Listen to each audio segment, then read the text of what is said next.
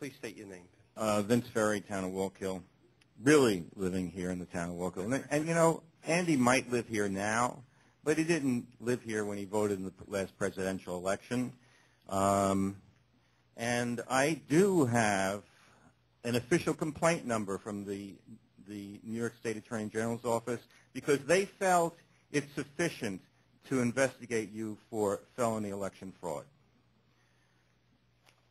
And, you know, here are the fax copies of the complaints that were sent to the various municipalities and jurisdictions, which, of course, I'm not going to show you. Vince, please keep your comments to the board. And we still have the attorney's registration.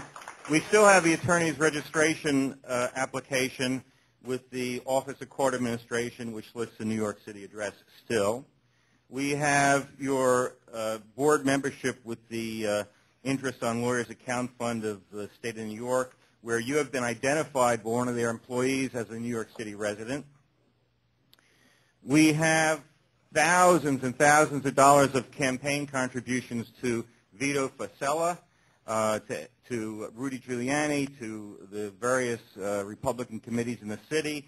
And then, lo and behold, a case appears against night towing. I'm wondering if there's ever a quid pro quo for campaign donations and the contract to remove debris from the World Trade Center, the towing contract, or a judge finding favorably for you and against the police department who made another choice.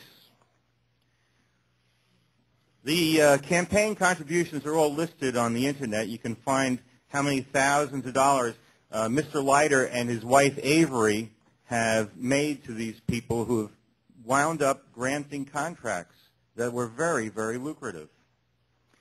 Mr.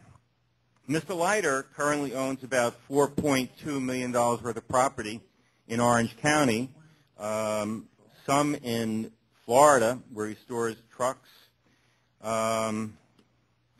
from all kinds of different firms, from Niagara Falls Realty, by, you know, President Mr. Getzel Gelb, and we really don't know where he was living when he voted in the presidential election. We talked last week about, well, you know, follow the thread. You know, relax, meditate a little bit, and follow the thread. We talked about using the sale of the town hall for the balancing of the budget, and we talked about how that doesn't meet the criteria of Accounting 101. Maybe Mr.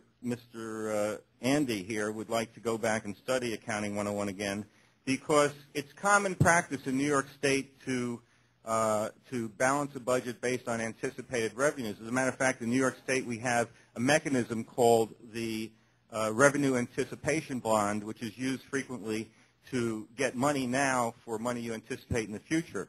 And as a matter of fact, anticipating the revenue from mortgage taxes and sales taxes is exactly the same kind of thing that took place with anticipating the sale of the town hall, the old town hall, and is in keeping with municipal budgeting practices. Of course, we could use the scare tactic of saying it doesn't meet the criteria of Accounting 101. Well, you know, if we talk about accounting and refer to you, we look at all these different companies that lead nowhere. We can't find out who the officers are. They all, one name changes to another name on down the line. You know, is it 462 Lexington Realty? Is it Leiter Kuno? Is it Niagara Falls Realty?